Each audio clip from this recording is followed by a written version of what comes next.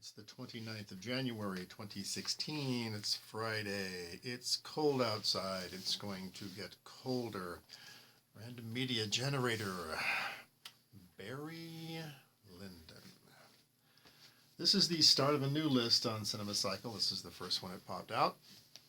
And I got to admit, as somewhat of a Kubrick fan, I have never seen this. If I have, I saw it a long time ago. I recall nothing about it. I mean, when I was like 10 or something.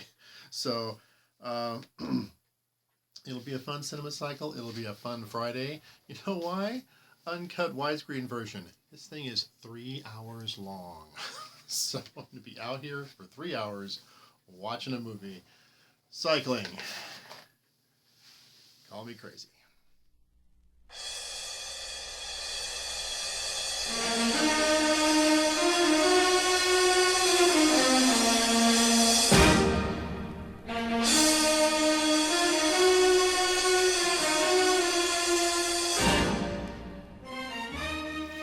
Okay, on to side 2 of this four-sided movie. It's an hour of Kubrick so far. It's very enjoyable. You really kind of miss Kubrick's style in Hollywood anymore. He doesn't, or there's not this kind of lavish production. And Kubrick has this tendency to linger on a scene. Some of the scenes are just slow. He slows everything down. So it's just, you just focus on the people and what they're saying. And the story slowly unravels. It's like watching a painting. And it's not a big action movie, so waiting for it to slowly unfold.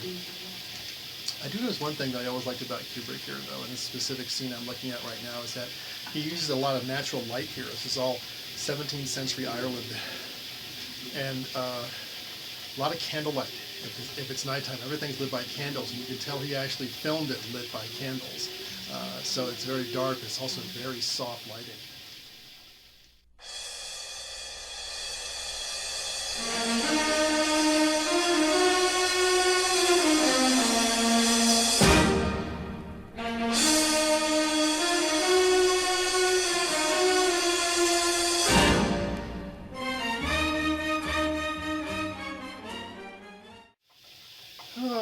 Side 3 now. I'm 2 hours and 15 minutes into the film. Boy, did my legs hurt. I love this kind of cinema. This is what I would call immersive cinema. This puts you back into 1770s, England, Ireland, Europe, basically. And it's just, I think now what I'm seeing Kubrick is trying to do here, because he's done this in several of his other films, is that he slows everything way down because he wants to convey upon you this is a much simpler time. It took years to do the simplest tasks. So everything is about circumstance and proper mannerisms and who you know and the proper morals of society. And he takes it way down, almost to slow motion. Where I said before, it's almost like watching a painting. In some aspects, he just lingers on a scene. It looks like you're looking at a painting.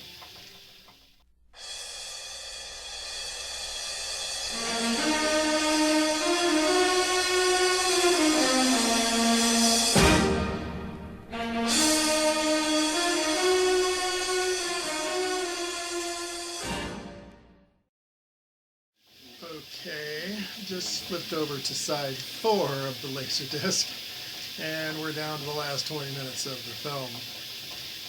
All in all, I found this film actually pretty enjoyable if you just want to get lost in a movie. And The Man Cave is a real good place to get lost in it. I think I did see this movie once when it first came out. It won 4 Academy Awards back in 1975. And I gotta admit, this is actually kind of nice because I've actually got it on Laserdisc.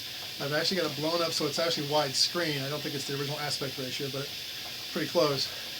I've got it on a really good sound system, and this really lets Kubrick shine through when you see his cinematography, his use of music, his use of direction. It's much better than watching it on like an old television set, which is probably how I saw it the first time.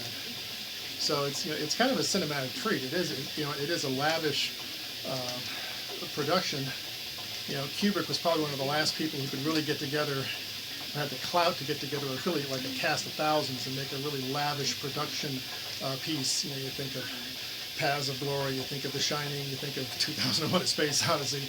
So this is you know, in that genre. You know, he's got just over-the-top sets. It's all done on location. You can tell he's got military scenes with like 2,000 people in it. No special effects. So, but if you're looking for like plot and action and intrigue, it's here, but it's really low-key and slow.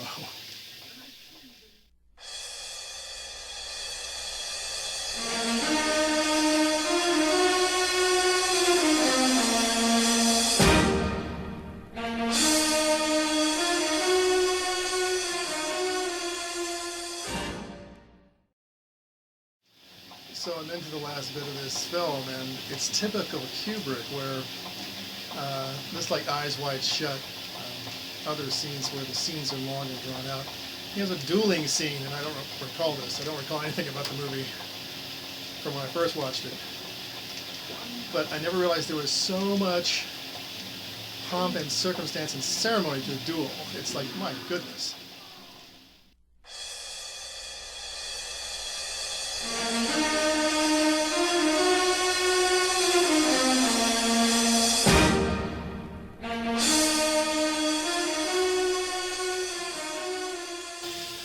Credits are rolling, 3 hours into this. I can't feel my feet anymore, but this does qualify for Halliwell's Film Guide from 1995. Let's see what it said about Barry Lyndon, along with all the attendant criticisms. Adventure of an 18th century Irish gentleman of fortune. A curiously cold-hearted enterprise like an art gallery in which the backgrounds are sketched in loving detail and the human figures totally neglected. There is much to enjoy, but script and acting are variable to say the least. And the point of it all is obscure, as it certainly does not tell a rattling good story. The motion picture equivalent of one of these very large, very expensive, very elegant, and very dull books that exist solely to be seen on coffee tables. And that probably is kind of true, although I gotta admit, I kind of enjoyed it. There's not much of a plot to it. It's just the history of this man and his fortunes from boyhood to adulthood. And it just kind of mirrors anybody's life. Although it's a little bit more interesting back in 17th century England, where things were just really slow. But all in all, if you want to, if you want to get back into time, if you want to take a time trip someplace and know what it was like back in a different world, before electricity, before anything, watch Barry Lyndon.